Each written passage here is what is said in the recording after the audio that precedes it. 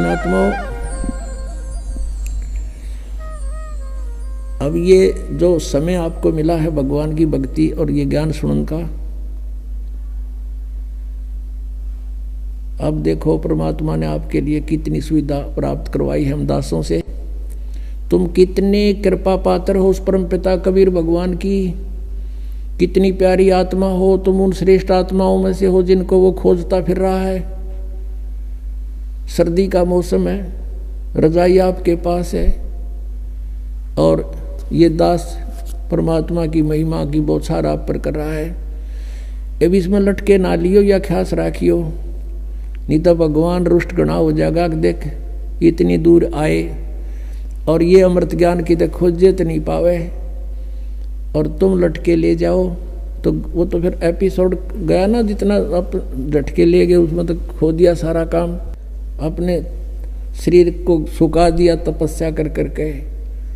और हृदय में जिनका चोट लगी तो कैसे लगी?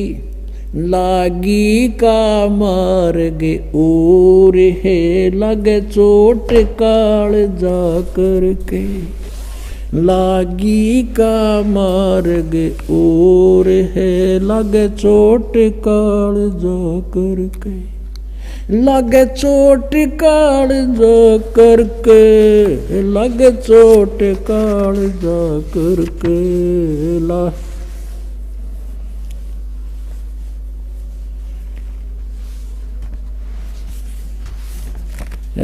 लागी का मार्ग और है लगे चोट कलेजा करके, लगे चोट काल जा करके, लागी का मार्ग।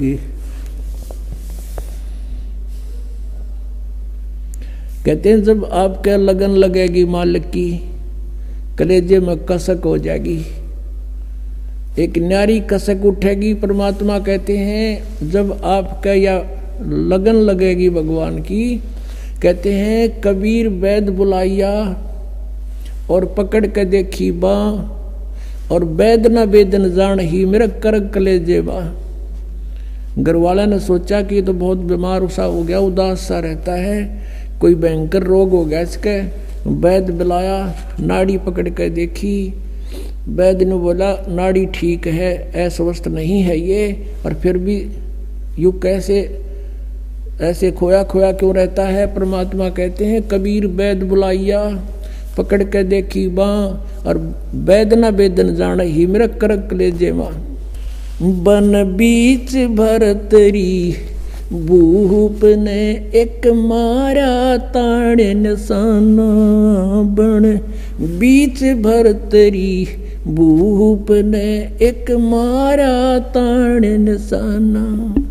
कोई घड़ी सदी थी आवन की, साधु का हो गया आना। कोई घड़ी सदी थी आवन की, साधु का हो गया आना।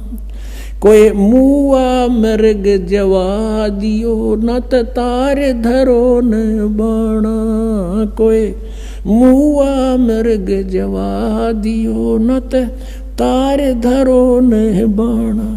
वो जिंदा कर दिया डोर था, शिष बन्या परीक्षा करके, शिष बन्या परीक्षा करके, शिष बन्या परीक्षा करके। लागी का मार्ग और है लगे चोट काल जा करके, लगे चोट काल जा करके, लगे चोट काल जा करके। गोपी चंद योगी हो गए जिन ले लिया भगमा बाणा। गोपी चंद योगी हो गए जिन ले लिया भगमा बाणा। गुरु महल जनान ने भेजता डोडी पे अलख जगाना। गुरु महल जनान ने भेज तेरा जो डोडी पे अलख जगाना। व्यंजन 3600 छोड़ के भिक्षा का भोजन खाना। व्यंजन 3600 छोड़ के भिक्षा का भोजन खाना। तन पड़ गया कम जोर था, ना खाया उदर भर के, ना खाया रे उदर भर के, ना खाया उदर भर के। लागी का मार्ग और है लगे चोट काल जा करके, लगे चोट काल जा करके, लगे चोट काल जा करके। बाजीद कहे उठाओ ऊंट को, लोग कहें ये मुआ। बाजीद कहे उठाओ ऊंट को, लोग कहें ये मुआ। रही उठन आड़ी चीज नहीं गया ओडे सलानी सुआ। रही उठन वाली चीज नहीं गया ओडे सलानी सुआ। कुछ नक्सक बिगड़या है नहीं बाजीदा अचरज हुआ। कुछ नक्सक बिगड़या है नहीं बाजीदा अचरज हुआ। जिन करया अचंबा गोर है तजा राज काल से डर के, तजा राज काल से डर के, तजा राज काल से डर के। लागी का मार्ग और है लगे चोट काल जा करके। सुल्तानी मगन बैराग में जिन तज दिया बलख बुखारा। सुल्तानी मगन बैराग में जिन तज दिया बलख बुखारा। कदे पालकियों में चाल तेरे अज ठालिया गुदड़ बारा। कदे पालकियों में चाल तेरे अज ठालिया गुदड़ बारा। सब संगी छोड़ी रोवती रोवे था कुण बासारा। सब संगी छोड़ी रोवती रोवे था कुण बासारा। शोर मचारण वास में ना देखा पीछा फिर के, ना देखा पीछा फिर के, ना देखा रे पीछा। लागी का मार्ग और है लगे चोट काल जा करके। लागी का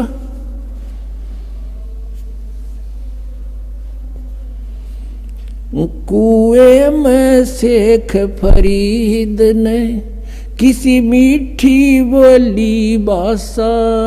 कुएं में शेख फरीद ने किसी मीठी बोली बासा।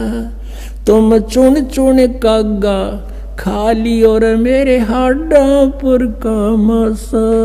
तुम चुन चुन कागा खाली और मेरे हाडों पर का मासा। मेरे दो नैना मत छेड़ नर मोहे राम मिलन की आशा। मेरे दो नैना मत छेड़ियो मोहे राम मिलन की आशा। जिन करी तपस्या गोर थी वो हुए आसरे हर के, वो हुए आसरे हर के, वो हर के। लागी का मार्ग और है लग चोट काल जा करके, लग चोट काल जा करके, लग चोट काल जा करके। लागी का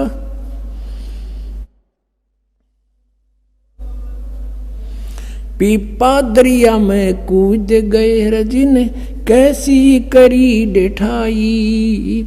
पीपा दरिया में कूद गए रजिन कैसी करी डिठाई।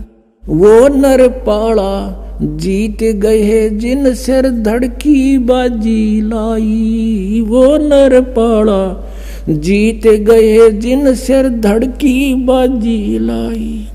कह मंगलानंद चेती और तुम सोच समझ मेरा भाई। कह मंगलानंद चेतियो कुछ सोच समझ मेरा भाई।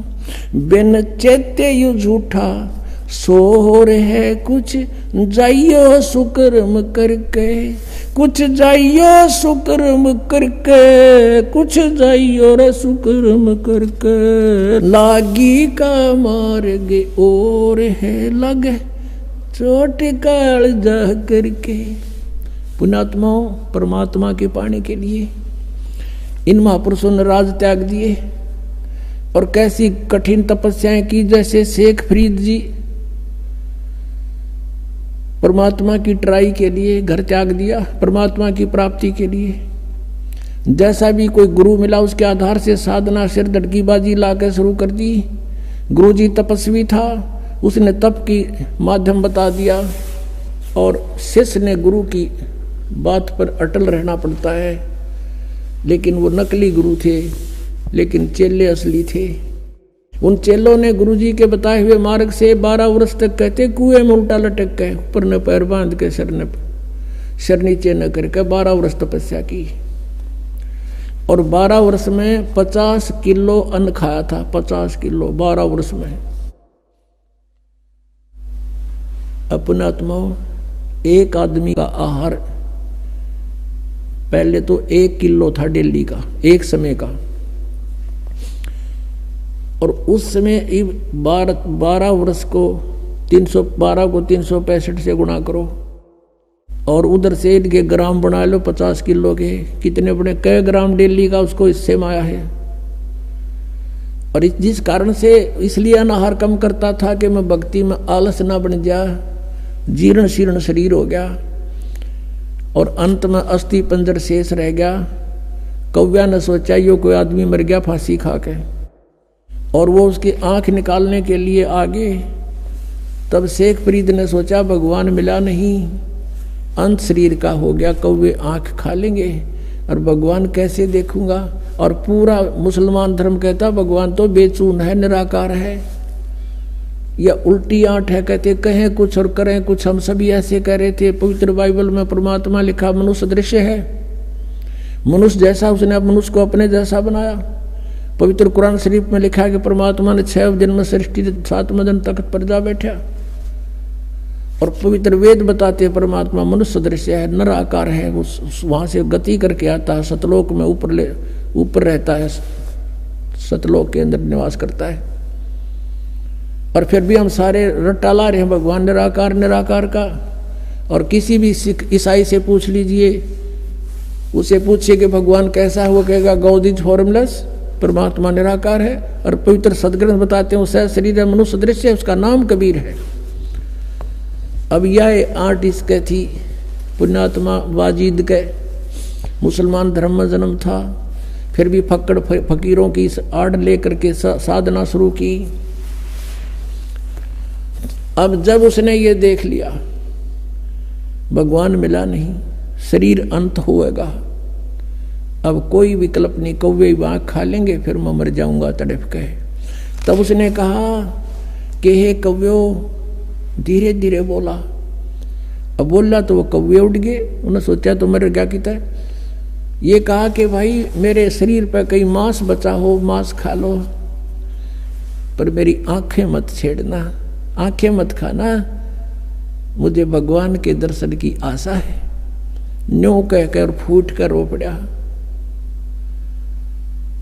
पुण्यात्मा, बिना प्रेम पावे नहीं, चाहे करोड़ समाधि ला। अब भगवान के प्रति उसमें प्यार उमड़ गया कि भगवान मिला नहीं, शरीर रहेगा नहीं, आंखों से आंखें जाती रहेंगी, भगवान आ भी गया तो मैं देखूंगा कैसे। उसी समय परमात्मा ने क्या किया, उसका रस्सा पकड़ के बाहर खींच लिया। कबीर परमेश्वर वहां पहुंच गए, अल्लाहू अकबर,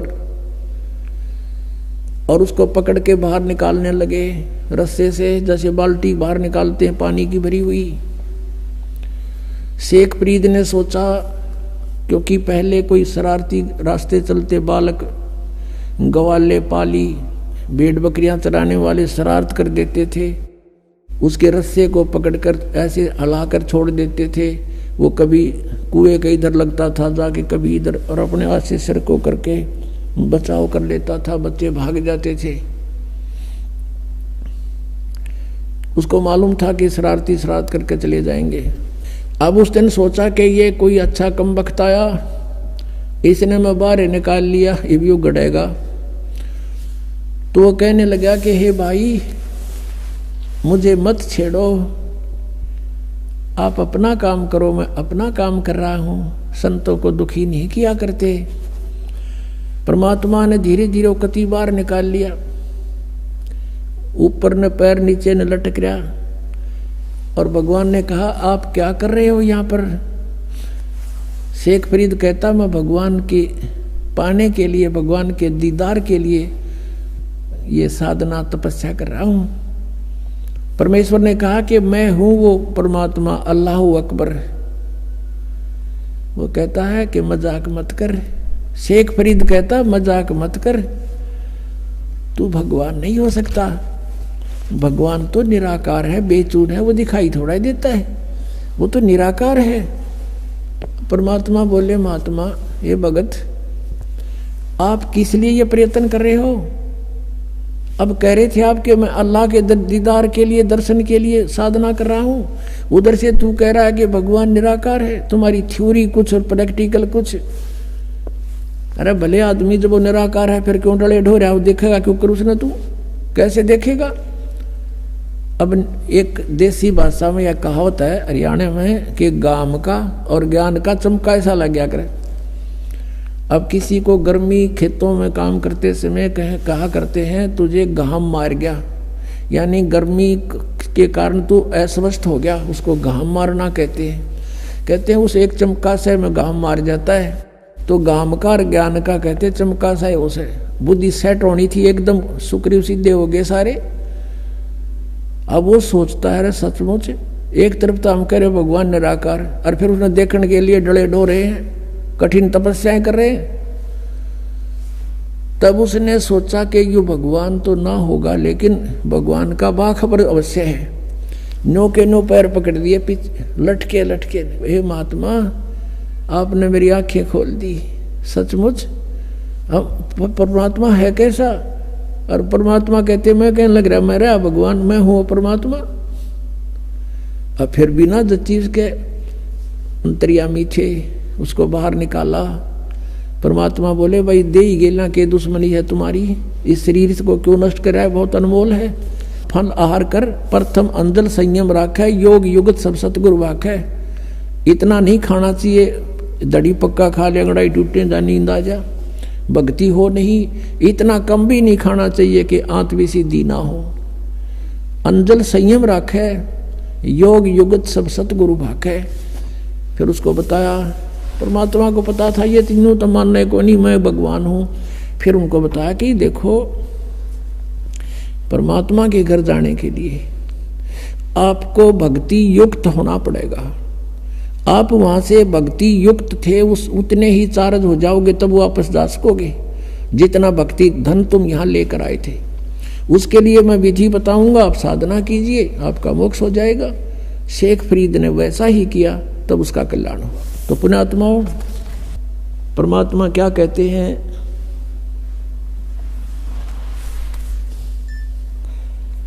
अब दास ये बताना चाहता था आपको कि परमात्मा के पाने के लिए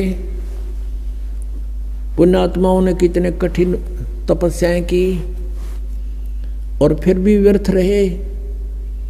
और आपको तो थोड़ी सी देर सिर्फ बैठकर सत्संग सुनना है, और वो भी कितनी सुविधा में। तो कितना सौभाग्य आपका कि जिस ज्ञान को और जिस भगवान को हम खोजे से नहीं पा सकते, आज अपने आप सामने आ रहा है भगवान, अपने आप प्रकट हो रहे हैं। आपका अंधेरा हटा ज्ञान का और आपके सामने भगवान समझो।